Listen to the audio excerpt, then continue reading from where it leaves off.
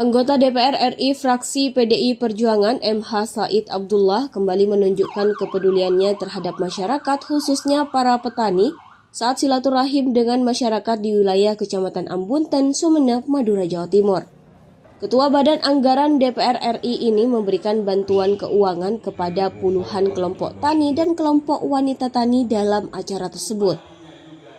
Acara silaturahim bersama MH Said Abdullah ini berlangsung di Desa Ambunten Tengah, Kecamatan Ambunten pada Kamis 7 November 2024. Acara ini dihadiri oleh ratusan petani di wilayah tersebut.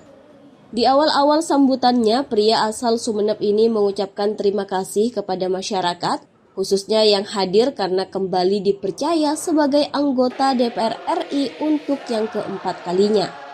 Selain mengucapkan terima kasih dalam kegiatan ini, Said juga memberikan bantuan kepada puluhan kelompok tani maupun kelompok wanita tani yang tersebar di beberapa desa di wilayah tersebut.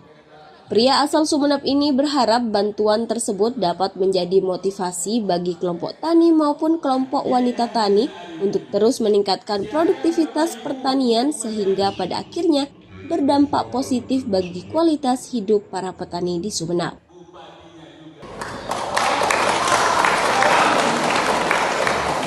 Pertanian kami anggarkan 23T untuk memperbaiki irigasi sawah-sawah petani kita.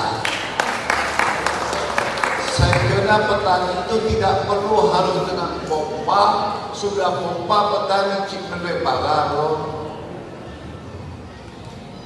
Kami akan memperbaiki di hulunya. Ketua DPD PDI Perjuangan Jawa Timur ini menambahkan sebagai wakil rakyat sekaligus Ketua Badan Anggaran DPR RI, dirinya akan terus memperjuangkan kebijakan yang berpihak pada kesejahteraan masyarakat termasuk para petani. Dari Kabupaten Sumeneb, Tim Koran Madura melaporkan.